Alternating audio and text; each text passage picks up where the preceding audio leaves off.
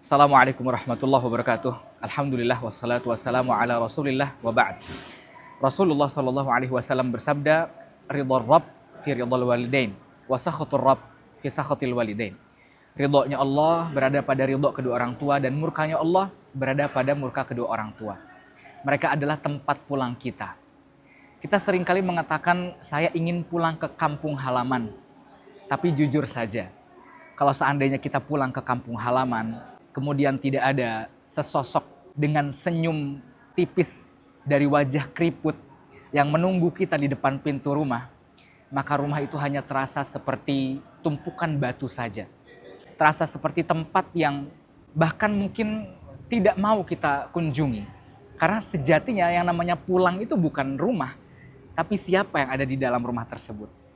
Mungkin dunia ini mengenal kita sebagai orang yang kokoh, yang kuat, yang tegar, akan tetapi di hadapan orang tua kita diizinkan untuk menjadi anak kecil, diizinkan untuk menjadi sebagai anak yang lemah di hadapan mereka.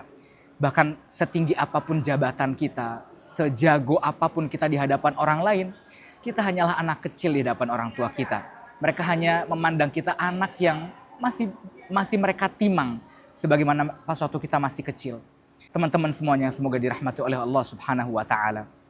Barangkali saat ini masih di antara kita ada yang memprioritaskan orang lain dari orang tuanya. Sibuk rapat, sibuk dengan urusan pribadinya, sibuk dengan pekerjaannya.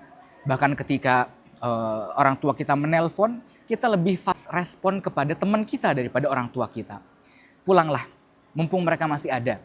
Bahkan ketika kita pulang pun, mereka tidak menanya alasan mengapa kita sibuk, mengapa kita slow respon kepada mereka, tidak. Mereka hanya memastikan kita sehat, memastikan kita dalam keadaan baik. Mereka ingin melihat wajah kita sudah menjadi suatu hiburan penenang hati bagi mereka. Oleh karenanya jangan sampai kita merasa terlena atas keberadaan mereka. Sejatinya setiap tahun, setiap Idul Fitri itu adalah pengurangan jatah kita bisa bertemu dengan mereka. Suatu saat nanti akan ada masanya suara gema takbir itu justru menyayat hati. Karena tangan yang biasa kita cium, lisan yang biasa paling lantang mengucapkan selamat Idul Fitri tidak terdengar lagi. Tangan yang biasa kita cium sudah tidak bisa kita raih lagi. Oleh karenanya pulang, katakan kepada orang tua kita, "Mah, Pah, Ayah, Bunda, terima kasih sudah menjadi tempat pulang yang paling nyaman selama ini. Maafkan anakmu yang seringkali tidak sadar kalau kalian itu tidak selamanya ada." Barakallahu fikum. Assalamualaikum warahmatullahi wabarakatuh.